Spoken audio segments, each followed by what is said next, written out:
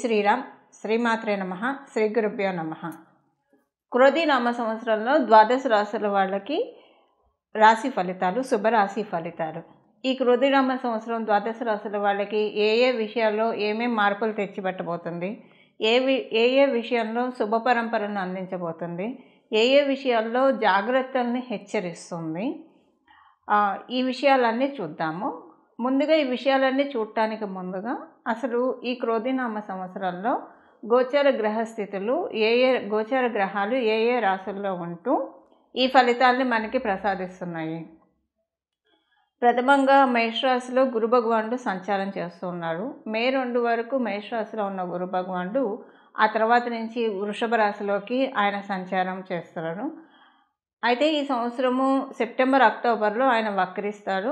వక్రించినప్పుడు ఒక 4 నెలలు వక్రగతిలోకి వెళ్తాడు.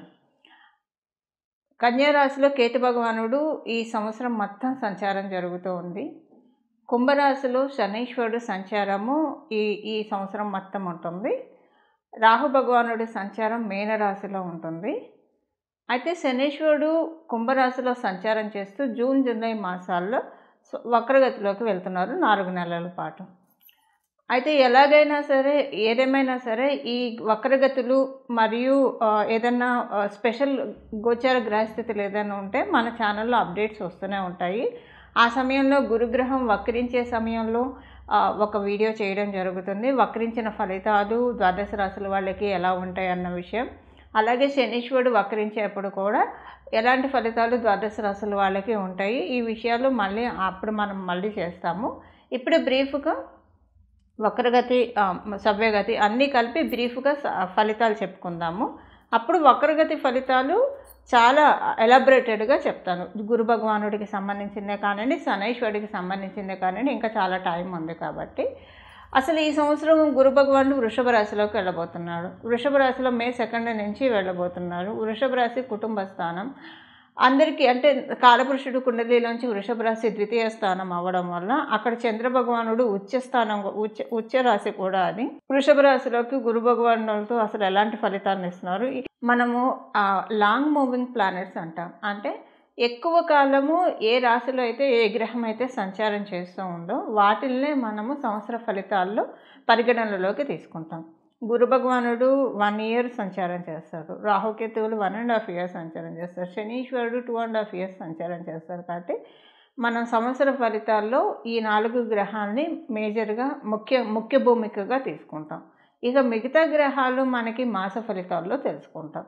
ఎందుకంటే సూర్యనారాయణమూర్తి నెలలో మారిపోతాడు, బుధుడు 25 రోజుల్లో మారుతాడు, కుజుడు 45 రోజులు ఇలాగ మారిపోతూ ఉంటారు. కాబట్టి వాళ్ళని మనం మాస ఫలితాల్లో వాళ్ళ గురించి మనం తెలుసుకుంటాం. అవి ఏ ఫలితాలు ఇస్తాయి అన్నది కూడా మనం మాస ఫలితాల్లో తెలుసుకుంటాం. అయితే ఇప్పుడు ఈ గోచార గ్రహస్థితులు మనం తెలుసుకున్నాం కదా, దీన్ని బట్టి ద్వాదశ రాశుల వాళ్ళకి ఎలాంటి ఫలితాలు ఈ గోచార గ్రహస్థితులు ప్రసాదించబోతున్నాయి అన్న విషయాన్ని మనం పరిశీలిద్దాం.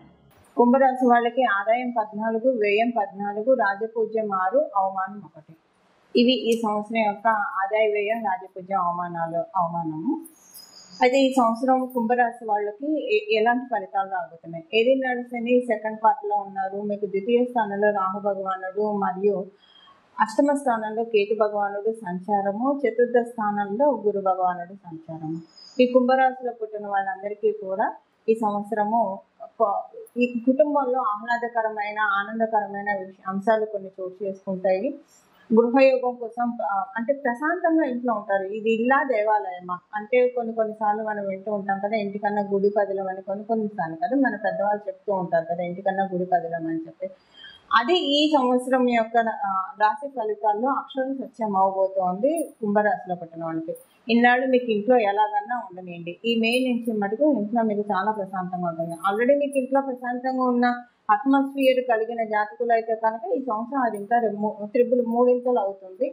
చక్కగా మీరు ఆనందంగా ఉల్లాసంగా మీ ఇంట్లో మీ కుటుంబ సభ్యులతో కావచ్చు ఇలా గడుపుతారు. అదే ఇక్కడ ఇంట్లో కొంత శుభకార్యాలు జరగడానికి అవకాశం చక్కగా ఉంది.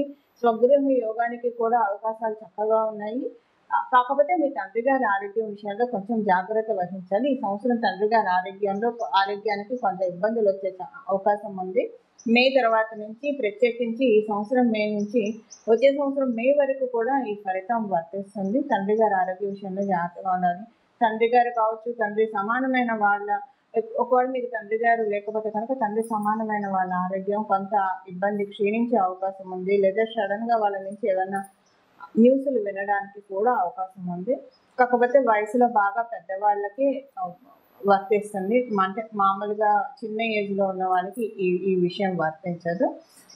సపోజ్ మీరే కుంభరాశిలో పుట్టి మీరు 35 ఏళ్ళు దాటి ఉంటే కనుక మీ తండ్రి గారికి ఇంకా వయసు పెద్దగా ఉంటుంది కాబట్టి కొంత వారికి ఏదైనా తండ్రి గారు కావచ్చు, తండ్రి సమానమైన వారి నుంచి కొంత ఏదైనా ఒక న్యూస్ వినడానికి అవకాశం ఉంది.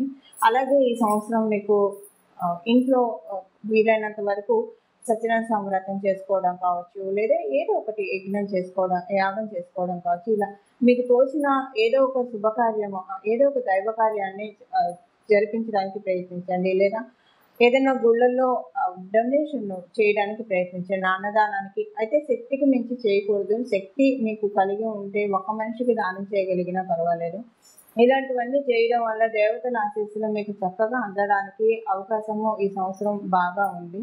ఈఎన్టీ ప్రాబ్లమ్స్ రావడానికి అవకాశం ఉంది. ఈ విషయంలో కొంచెం జాగ్రత్తగా ఉండాలి. పంటికి సంబంధించిన ఇబ్బందులు వస్తాయి. వీటితో కొంత ఇబ్బంది పడతారు. ఈ విషయంలో కొంత జాగ్రత్త వహించాల్సిన అవసరం ఎంతైనా ఉంది. కొన్ని మీకు ఇన్నాళ్ళు మీ మీద కనుక ఎవరికైనా అపార్థాలు, అపోహలు, అనుమానాలు అవన్నీ ఉంటే కనుక ఈ సంవత్సరం అవన్నీ కట్ అయిపోతాయి. మిమ్మల్ని పరిపూర్తిగా అర్థం చేసుకుంటారు అందరూ కూడా. ఉద్యోగస్తులకి ఈ సంవత్సరం చక్కటి శుభకాలము, చాలా బాగా ఉంది. ట్రాన్స్ఫర్స్ అయితే ఉంటాయి ఉద్యోగస్తులకి. ఒకవేళ ట్రాన్స్ఫర్ కాకపోతే ఏదైనా మంచి చేంజ్ అయినా ఉంటుంది. ఈ ట్రాన్స్ఫర్స్ అయినా మీరు ఎదురు చూస్తున్న ట్రాన్స్ఫర్స్ ఉంటుంది, కానీ బలవంతంగా అయితే ట్రాన్స్ఫర్స్ ఉండవు. మీరు కనుక మూవ్ ఆన్ అవ్వాలనుకున్నా కూడా దానికి అవకాశము ఈ సంవత్సరంలో చాలా చాలా బాగా ఉంది. మీరున్న ప్లేస్ నుంచి విదేశాలకు కావచ్చు, స్వదేశాల్లో ఇంకొక ప్రాంతానికి కావచ్చు, మీరు చేంజ్ అవ్వాలి అని అనుకుంటే కనుక ఈ సంవత్సరం చాలా అనుకూలంగా ఉంది ఆ విషయాల్లో. వ్యాపారస్తులకి ఈ సంవత్సరం చక్కటి అనుకూలమైన సమయము. వ్యాపారస్తులకి కొంత అంటే వ్యాపారం కొన్ని అంటే మీకు వ్యాపారంలో ఉన్న పెండింగ్ అంశాలు ఉంటే కనుక అవన్నీ ముందుకు జరగడానికి చాలా చక్కటి అవకాశము ఈ సంవత్సరం గోచార గ్రహస్థితులు మీకు కలగజేస్తూ ఉన్నాయి. ఆరోగ్య విషయంలో జాగ్రత్తలు ఆల్రెడీ మనం చేసుకున్నాము. సీనియర్ సిటిజన్స్ ఎవరైతే ఉంటారో వాళ్ళందరికీ కూడా ఈ సంవత్సరం చాలా చక్కగా ఉంది. మెయిన్ ఇంట్లో బాగా ఉందని మనం ముందు చేసుకున్నాం. ఇంట్లో ఎక్కువ సమయం గడిపేది మనం అన్ని ఏజ్ గ్రూపుల్లో మనం చూసుకుంటే కనుక సీనియర్ సిటిజన్సే కొంత ఎక్కువ సమయం ఇంట్లో గడుపుతారు. ఒకవేళ వాళ్ళకి ఏమైనా వ్యాపకం ఉండి బయటకు వెళ్ళాల్సి వచ్చినా సరే టైం టు టైం ఉంటుంది. సీనియర్ సిటిజన్స్కి ఏంటంటే వెళ్ళామంటే ఒక టైం డిసిప్లిన్ మెయింటైన్ చేస్తారు కాబట్టి బయటకి ఈ టైంకి వెళ్ళాలి, మళ్ళీ ఈ టైంకి వెనక్కి వచ్చేయాలి. సో ఇలా టైం డిసిప్లిన్ ఉంటుంది కాబట్టి ఎక్కువ సమయం వాళ్ళ ఇంట్లో కూడా ఉండడానికి అవకాశం ఉంటుంది. ఒకవేళ సీనియర్ సిటిజన్స్ అయినా ఏదైనా ఆక్యుపేషన్లో ఉన్నా కూడా టైం టు టైం ఇంటికి వస్తారు కాబట్టి మీకు ఇంకా ఎక్కువ బాగుందండి. ఇంట్లో చాలా ప్రశాంతంగా ఉంటుంది మీకు. సీనియర్ సిటిజన్స్ అందరికీ కూడా ఈ విషయం వర్తిస్తుంది. మీకు ద్వితీయంలో రాహు భగవానుడు సంచారం చేస్తూ కొంత ఈఎన్టీ ప్రాబ్లమ్స్ని మీకు ఇస్తూ ఉన్న ఈఎన్టీ ప్రాబ్లమ్ మీకు ఒక రకంగా ధనపరంగా ధనవర్షాన్ని కురిపిస్తుంది. అంటే ఈఎన్టీ ప్రాబ్లం కావచ్చు, స్టమక్లో ప్రాబ్లం కావచ్చు, ఇలాంటివి ఏవైనా రావడానికి అవకాశం ఉంటుంది. అయితే దీనికి ధనవర్షానికి సంబంధం ఏంటి అని అనుకోకండి. మీకు ద్వితీయ రాశి మీనరాశి, ద్వితీయ రాశిలోనే రాహు భగవానుడు సంచారం చేస్తున్నాడు.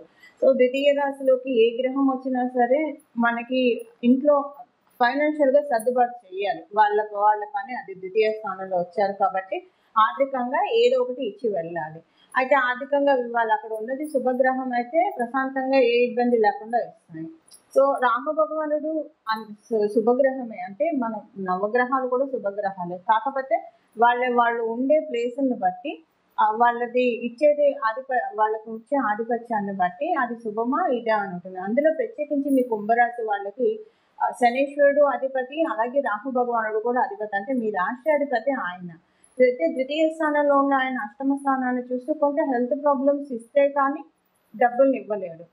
అయితే మీకు ఒక ప్లస్ పాయింట్ ఏంటంటే ఎప్పుడైనా సరే రాహు భగవానుడు మీకు మీన మరియు కన్యా రాశిలో ఎప్పుడు సంచారం చేసినా ఫైనాన్షియల్గా ఇది ఈ గోచరం ఆయన మళ్ళీ అక్కడ నుంచి కుంభరాశిలోకి వచ్చే లోపల చాలా మంచి ట్రాన్స్ఫర్మేషన్ ఇస్తాడు. అంటే ఒక మంచి సెటిల్మెంట్ లైఫ్లో ఇచ్చేసి వెళ్ళిపోతాడు. ఇంకా సెటిల్ అయ్యామని వాళ్ళు వీళ్ళు చెప్పడం కాదు, మనకి మనం అనుకునే విధంగా సెటిల్ చేస్తారు. అయితే అది మీనరాశి గురు భగవానుడు అధీనంలో ఉంటుంది కాబట్టి కొంత ఈ హెల్త్ ప్రాబ్లమ్స్ ఇచ్చిన తర్వాత కానీ ఆయన మీకు డబ్బులు ఇవ్వలేడు. కాబట్టి ఈ హెల్త్ ప్రాబ్లమ్స్ ఇది మీకు పెద్ద లెక్కలో కూడా అనిపించదు. అనిపించిన విధంగానే మీనరాశిలో ఉన్న రాహు భగవానుడు మీకు అలా రాహుదేవుడు అలాంటి సమస్య వచ్చింది. తాత్కాలికంగా ఈఎన్టీకి సంబంధించిన సమస్య ఇచ్చి తద్వారా మీకు ధనం మూటని, అంటే మీరు చేసే ప్రయత్నాలు, వృత్తి వ్యాపారాల్లో మీరు చేసే ప్రయత్నాలు ఏవైతే ఉంటాయో అవన్నీ కూడా మనం చేసుకునే ప్లాన్ ఆఫ్ యాక్షన్ అనేది చాలా బాగా వెళ్తుంది అనమాట. అలా వెళ్ళి అప్పుడు మీకు సక్సెస్ని లీడ్ చేయడానికి అవకాశం చాలా బాగా ఉంటుంది. అంటే ఇప్పుడు ఉద్యోగస్తులు లేదు, వ్యాపారస్తులు లేదు, లేదా కొంతమంది ఫ్రీలాన్స్ వర్క్స్ చేస్తూ ఉంటారు. ఇలాంటి వాళ్ళందరికీ కూడా ధనయోగాలు బాగా ఉన్నాయి. అంటే మీరు చేసే పనుల్లో సక్సెస్ అవుతారు. అయితే కొంతమంది గృహిణులు ఉన్న వాళ్ళు ఉంటారు. గృహిణులు ఉంటే కనుక మీ హస్బెండ్ కావచ్చు, మీ పిల్లలు కావచ్చు, కెరియర్లో బాగా సక్సెస్ సాధిస్తారని అర్థము. ఇప్పుడు కొంతమంది సీనియర్ సిటిజన్స్ కూడా కుంభరాశిలో పుట్టిన వాళ్ళు ఉంటారు. ఏవైనా పిల్లల నుంచి వాళ్ళకు అనుకోకుండా ఆకస్మిక ధనప్రాప్తి రావచ్చు, లేదా వీళ్ళకున్న ఆస్తిపాస్తులు సడన్గా బాగా డబ్బులు భూమి పెరిగి మీరు కొనుక్కున్న దానికంటే చాలా రెట్టింపు, మీరు ఊహించిన దానికంటే రెట్టింపు రేటు అక్కడ పలకొచ్చు. ఇలా ఏదో ఒక రకంగా అయితే భగవంతుడు మనకి ఇవ్వాలని అనుకోవాలి, కానీ ఏదో ఒక రకంగా మనకి ధనాన్ని మూట కట్టే అవుతాడు.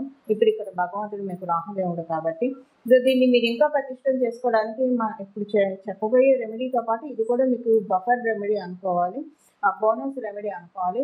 దుర్గామ్మవారి ఆరాధన బాగా చేయండి. దుర్గామ్మవారి ఆలయాలు ఎక్కడ ఉంటే అక్కడికి వెళ్ళి దర్శించుకోవడానికి ప్రయత్నం చేయండి. అలాగే ఇవేమి కుదరకపోయినా సరే దుర్గా దుర్గా దుర్గా దుర్గా దుర్గా అని మనసులో అనుకుంటూ ఉంటే కనుక రాహు భగవానుడు ఆశీస్సులు మీకు చాలా చక్కగా అందుతాయి. చూశారు కదండి, క్రోధి నామ సంవత్సరంలో మీ రాశి యొక్క ఫలితాలు. అయితే పరిహారము ఏ పరిహారం చేసుకుంటే ఈ సంవత్సరం అంతా కూడా చాలా చక్కగా సజావుగా వెళ్తుంది, ఈ విషయాన్ని మనం తెలుసుకుందాము. ఈ సంవత్సరము మనం దృష్టిల రీత్యా కూడా పరిశీలిస్తే గురు భగవానుడు వృషభ రాశిలో ఉంటూ పంచమ దృష్టితోటి కన్యా రాశిని, సప్తమ దృష్టితోటి వృశ్చిక రాశిని, అలాగే నవమ దృష్టితోటి మకర రాశిని చూస్తూ ఉన్నాడు. ఇక శనీశ్వరుడు మేషరాశిని చూస్తాడు, సింహరాశిని చూస్తాడు, దశమ దృష్టితో వృశ్చిక రాశిని చూస్తూ ఉన్నారు. ఇద్దరూ కలిపి గురు భగవానుడు అలాగే శనీశ్వరుడు వీరిద్దరూ కలిసి ఒకే రాశిని చూస్తున్నారు. ఆ రాశి వృశ్చిక రాశి.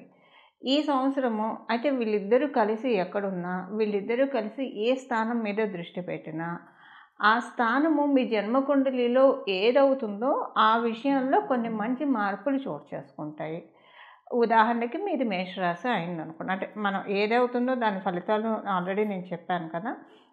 దానికి సంబంధించి ఒకవేళ చెడు ఫలితాలు ఉంటే తగ్గించుకోవడానికి, అంటే చెడు ఫలితాలు అయితే ఉండదు, ఇది బ్యాలెన్స్డ్గా అన్న ఉంటుంది, లేదంటే ఒక మంచి మార్పు అన్న తెచ్చిపెడుతుంది. సో ఈ మంచి మార్పు ఇంకా మీ జన్మజాతకం సపోర్టింగ్గా లేకపోతే కనుక ఈ మంచి మార్పుని సుస్థిరం చేసుకోవడానికి, మంచి మార్పు యాక్టివేట్ చేసుకోవడానికి చేయాల్సిన పరిహారం మనం ఒకసారి పరిశీలిద్దాం.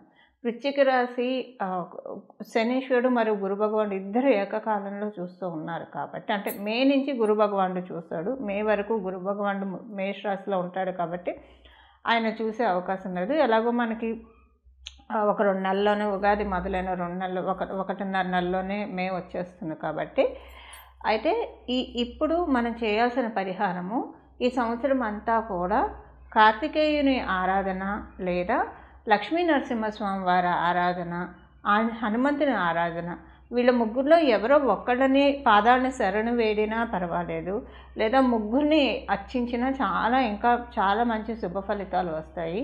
ఇక్కడ మనం ఒక చిన్న న్యూమరాలజికల్ ఆస్పెక్ట్ కూడా చూడాలి. 2024 అంటే అవి మొత్తం మనం కనుక లెక్క వేస్తే నెంబర్ 8 వస్తుంది. ఈ 8 సంఖ్యకి అధిపతి శనీశ్వరుడు ఈ సంవత్సరము న్యూమరాలజికల్గా రూల్ చేస్తూ ఉన్నారు. సో ఇక్కడ మనకి వృశ్చిక రాశికి అధిపతి మంగళుడు, అంగారకుడు అని చెప్తాం.